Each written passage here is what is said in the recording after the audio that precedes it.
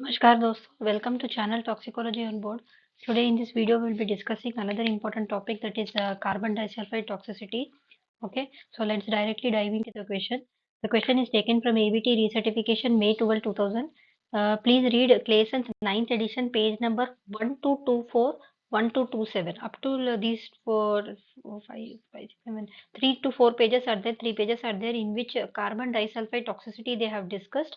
Okay, it comes under chapter 24, I guess, which is comes under solvent toxicity, toxic effects of solvents and vapors. In that it will be there, and it is a part of DABT syllabus. You can go back and check in the brochure, that is 2024 brochure, page number 28.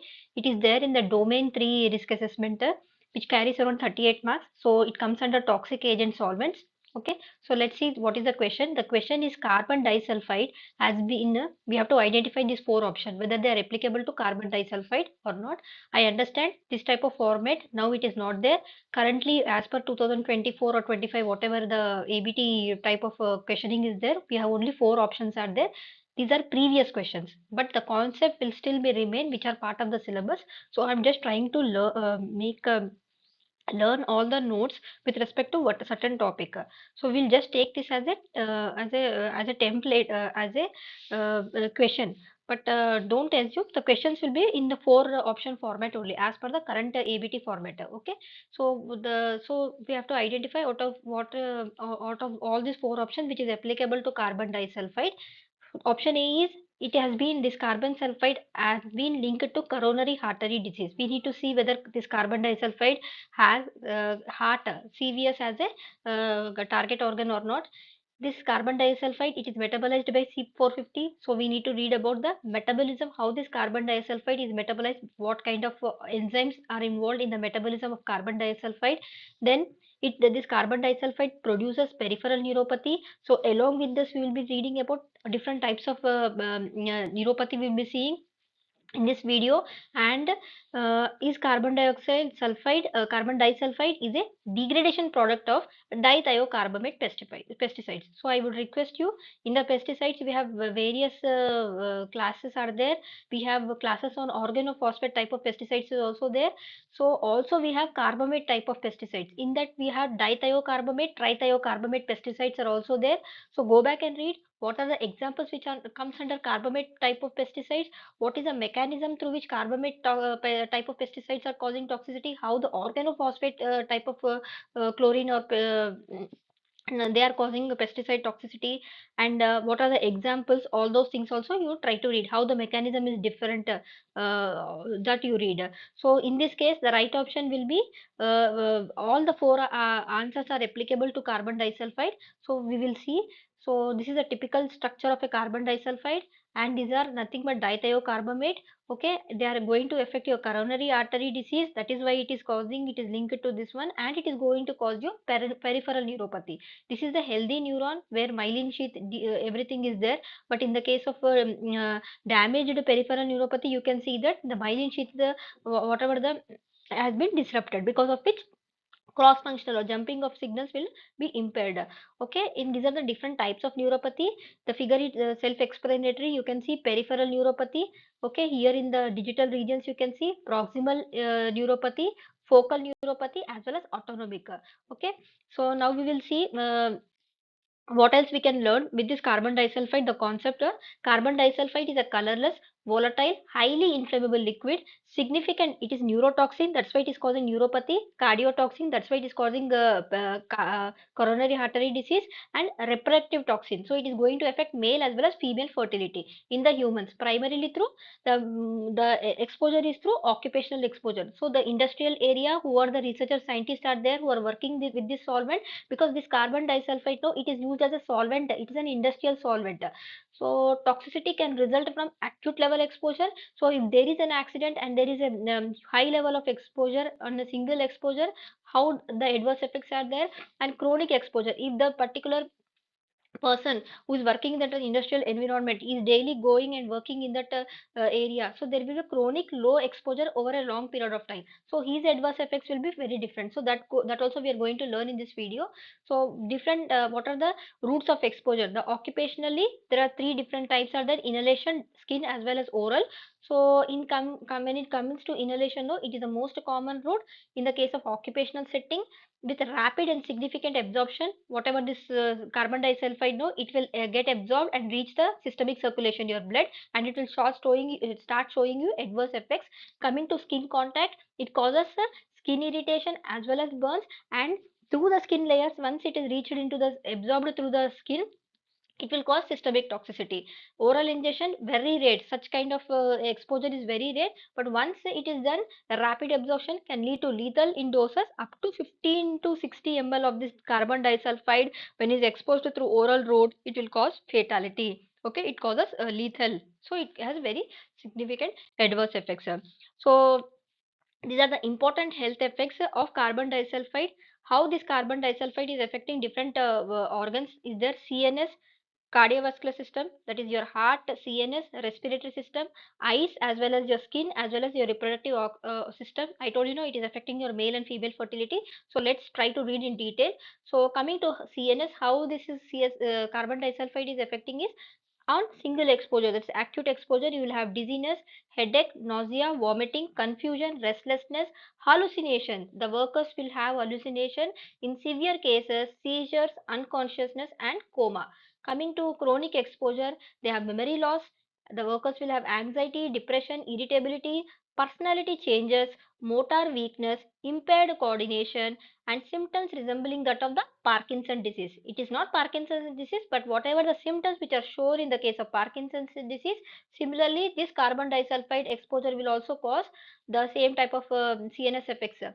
So there is one more important thing I will ask you. Go back and read what are the other metals which is also showing similar type of Parkinson. I think that is manganese or manganese. I think the answer is, go back. I don't remember it.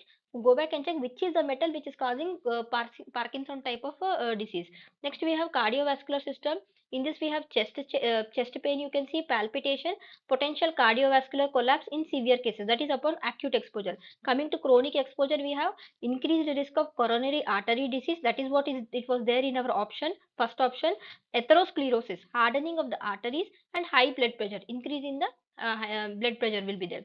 Coming to how it is affecting the respiratory system, it is causing irritation of the respiratory tract, cough, shortness of breath, respiratory distress. These are the adverse effects of carbon disulfide on your respiratory system upon acute exposure. Coming to chronic exposure, it causes chronic lung disease. Then carbon disulfide, how it is affecting your eyes as well as skin is that it is causing eye irritation, pain, potentially corneal burns, skin redness, okay, skin redness, pain, blistering, and chemical burns you can see upon acute exposure to this carbon disulfide on your eyes as well as on your skin. And coming to on chronic exposure, it is causing retinal damage, that is micro aneurysm will be there in the blood vessels in this one, and blurred vision, persistent skin dermatitis. Coming to how this carbon dioxide sulfide is affecting your reproductive system is that acute exposure there are no adverse effects, but upon chronic exposure of the CS2, it is going to decrease your libido and potency in the case of men, and it is going in the female, it is going to cause menstrual dysfunction, increased risk of spontaneous abortion in the case of women. Okay, this is the listed. I have listed out all the target organs. How this carbon dioxide. That's why it is causing multi-organ toxicity. Okay, and how the mechanism is that carbon disulfide it undergoes metabolism. So in option C you had it undergoes metabolism by CYP450 was there no. So we'll read about something about metabolism of carbon dioxide also. Carbon dioxide sorry, carbon disulfide, it is metabolized in the liver is your major metabolite organ to compound that disrupt essential biological functions. What are those biological functions? We will see. Key mechanisms include this carbon disulfide, it will inhibit the enzyme critical for neurotransmitter synthesis. What are those? Nothing but your dopamine beta hydroxylase. So dopamine beta hydroxylase nerve terminal will be there no, there it is going to inhibit this one, and it is also going to inhibit the enzyme aldehyde dehydrogenase. As a result, what happens? Alcohol metabolism will be decreased. So go back and read about alcohol metabolism. So I have one video in my channel about alcohol, ethanol, methanol, isopropyl alcohol, rubbing alcohol, all these things. What are the different types of enzymes involved in its metabolism, and how this metabolism is different in monkey as well as human, from the species, how different enzymes are there. So read about alcohol metabolism, aldehyde dehydrogenase. Coming back to carbon disulfide, another mechanism is that it is going to interfere this vitamin B6 metabolism. As a result, what is happening? Reduced GABA production will be there, and it is going to impair your neurological symptoms. It is going to cause neurological symptoms, neuronal toxicity. That's why one of our option was neuropathy. Next, we have altered lipid metabolism. So coming to the carbon disulfide, what it will do? It will increase the cholesterol level. As a result, it will cause atherosclerosis in the coronary artery disease, you can see now. And this carbon disulfide, it is going to cause cross-linking neurofilaments in the nerve fibers, leading to axonal swelling. So in the first slide I showed you about axon, mm, myelin sheath. So axon and swelling will be there. As a result, nerve damage will be there. Okay, I have shown you healthy neuron as well as damaged neuron. Okay, then how can we manage and prevent this carbon disulfide toxicity is always keep the person away from the exposure area. Okay, prevention is crucial, as damage from the chronic exposure can be permanent. There might be permanent damage either in the CNS or in the cardiovascular system. Second one is that there are two important regulatory agencies, that is OSHA and NIOSH. Please go back and read about NIOSH and OSHA. Occupational Safety Hazard Administration is there, NIOSH is there. From the US, these two are agencies know, they for the worker safety they establish some regulatory exposure limits. Okay, for example, like permissible exposure limit, PEL, STEL, WEL, ceiling limit, all these things will be established by this not for all chemicals, but there are hundreds of chemicals for which they have established this kind of REL, recommended exposure limits, that is around 1 ppm for the carbon disulfide over 10-hour time weighted average. But if you see, I bring another topic over here. Please, there is another topic called permitted daily exposure or occupational exposure limit in the DABT brochure. You can see it is there. So in that, no, it is a part of risk assessment chapter only. So in that, no, we will be doing 8-hour time weighted average rather than 10-hour time weighted average. So read about that concept also. Coming back to carbon disulfide, for a suspected exposure, prompt medical attention is necessary with a focus of decontamination and supportive care. That was about the carbon disulfide management. So this particular one or two slides information I have taken from Clayson short book chapter 24. I told you know this chapter 24 is about toxic effects of solvents and vapors. Please read in detail page number 371. These points are taken from that area, that particular page only. Okay, so we have the major uses of carbon disulfide is it is used in the production of rayon fiber, cellophane, CCl4, carbon tetrachloride. Another classic example. It's a it's a what it's a topic of question for the DABT examiner, that they will ask you the CCl4 along with alcohol synergistic effect. One question they will ask you. So and as a solubilizer for waxes and oil. So important thing is here, as I told you, know, this is used as an industrial solvent, because of which occupational hazards with respect to carbon dioxide is more. So this might be a choice of question for the topic of question for the DABT examiner, whoever prepares the question paper. Another important thing you have to understand, even though carbon disulfide is causing multi-organ toxicity, still now also in the industrial area, carbon disulfide is still used as a solvent in the production of so many areas, from fiber to CClO4 to waxes and oil. Still it is used. Why? Because we know it is going to that is the reason NOSH as well as OSHA has given some permissible exposure limit. So if you look into this 3R principle law, if you are unable to replace certain solvents, then you have to establish certain limits. You don't, it might be used in the initial stages of the production, but in the final product, the limit should be very less. So like that concept also you try to read. Okay. Next we have human exposure is predominantly occupational, as I told. Two distinct metabolic pathways. So with respect to metabolism, in the option second or third you had metabolized by CYP450, but here in the textbook we'll see two important metabolic pathways. The direct interaction of the CS2 with free amine and sulfidyl groups of amino acids, and polypeptides to form dithiocarbamates and trithiocarbamates. In the option you come across dithiocarbamate, no? So here after metabolizing this carbon disulfide, it is forming dithiocarbamate and trithiocarbamate. So whatever the carbamates pesticide toxicity, whatever the characteristic feature are there, no, that is also applicable to carbon disulfide toxicity. Second one is microsomal metabolism of this carbon disulfide to reactive sulfur intermediates capable of covalently binding tissue macromolecules. So this is another type of, so I have another diagram I will show you about the metabolism of carbon disulfide. The conjugation of this carbon disulfide with sulfhydryl of cysteine or GSH results in the formation of, this is again important, that is 2-thiazolidine 4 carboxylic acid TTCA. This is the metabolite which is forming, which is excreted in the urine and has been frequently used as a biomarker. So if you want to identify certain individual has been exposed to CS2 exposure or toxicity, this can be used as a biomarker. CS2 is capable of targeting multi-organ system, which we have learned under, we have seen the complete table. CVS, CNS, PNS, male and female fertility, eyes. In the case of eyes, it is causing retinal angiopathy. This is what I told you about retinal angiopathy and impairment of the color vision. So color blindness, you can see they are unable to distinguish between red, blue, yellow, like that. Then CS2 toxicity requires frequent and prolonged exposure in the case of occupational settings. That's why we have acute exposure and chronic exposure. And the most common neurotoxic effects are distal sensory motor neuropathy, long axons in the preferentially affects the long axons in the PNS. We have peripheral nervous system and peripheral nervous system will be there, no, long axons, you know, they are they are preferably they are affecting this carbon dioxide if they are affecting the long axons in the PNS and CNS, particularly the ascending and descending tracts of the spinal cord, okay, and the visual pathways.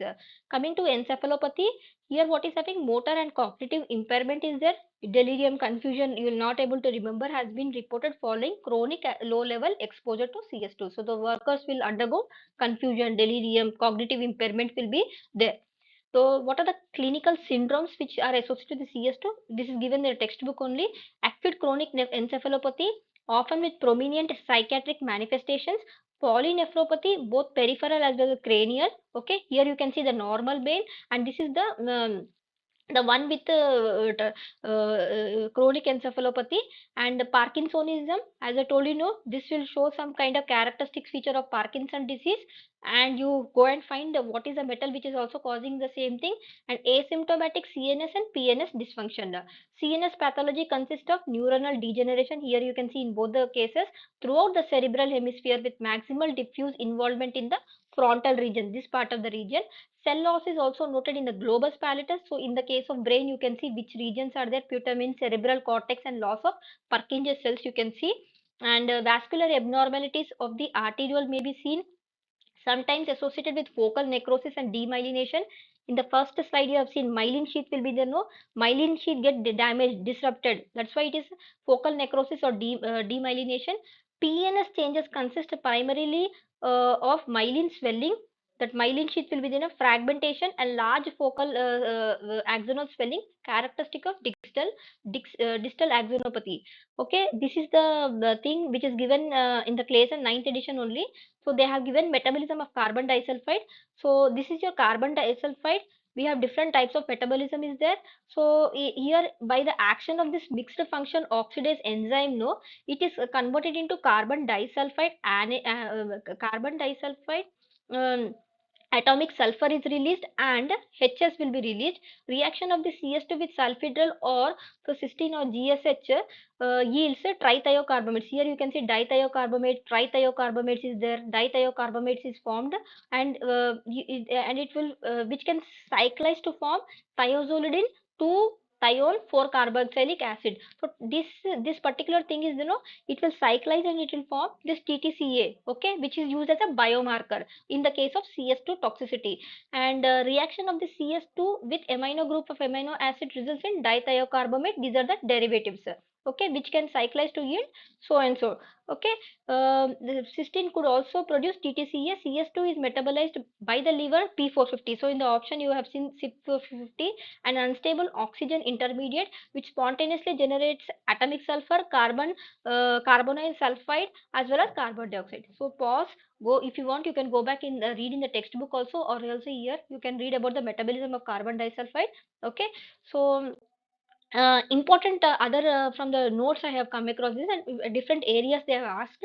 One, carbon dioxide with respect to CNS they will be asking. So important thing that you have to read with respect to axonopathies is that it causes peripheral neuropathy, which is similar to that of the hexate, and this carbon dioxide sulfide is distinct from its effects on the CNS, leading to psychosis, okay, which may be due to vascular damage. In case of a nervous system only axonopathies, carbon disulfide causes distal axonopathy that appears pathologically similar to that of the gamma diketone pathology. That you have to remember with respect to nervous system.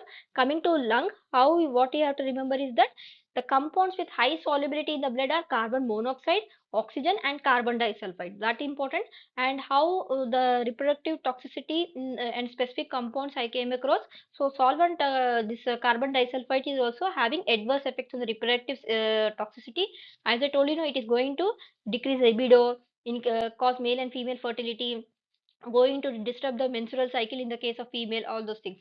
If you have some time, pause here, you can take a screenshot and read what are the other compounds which are going to affect your reproductive, and so some list is there which I have seen in the case of DABT notes only I came across. So I just put it here so that you can integrate all together and read. So any question that comes in the exam you will be able to answer. So please read about all the glycols here, there paratrem alkaloids are there, mycotoxins which is there in the case of corn, okay, cyclophosphamide, anti-cancer drug, ethylene dibromide, which are used as a dye, and glycol, ethylene oxide is there, diethylstilbestrol, classic case is there, DDT, how they're going to affect the reproductive developmental toxin that you read. Okay, so this video was too extensive. I just tried to collate all the information with respect to carbon disulfide from the textbooks, from my notes, from everything, wherever the possibility are there, any kind of tentative area where examiner can ask the question. So please read in detail. Thank you so much. Be curious. For any questions, you can always write a mail to arya.priyanka18@gmail.com. Like, subscribe, and follow my YouTube channel, Toxicology on Board. All the best for your exam.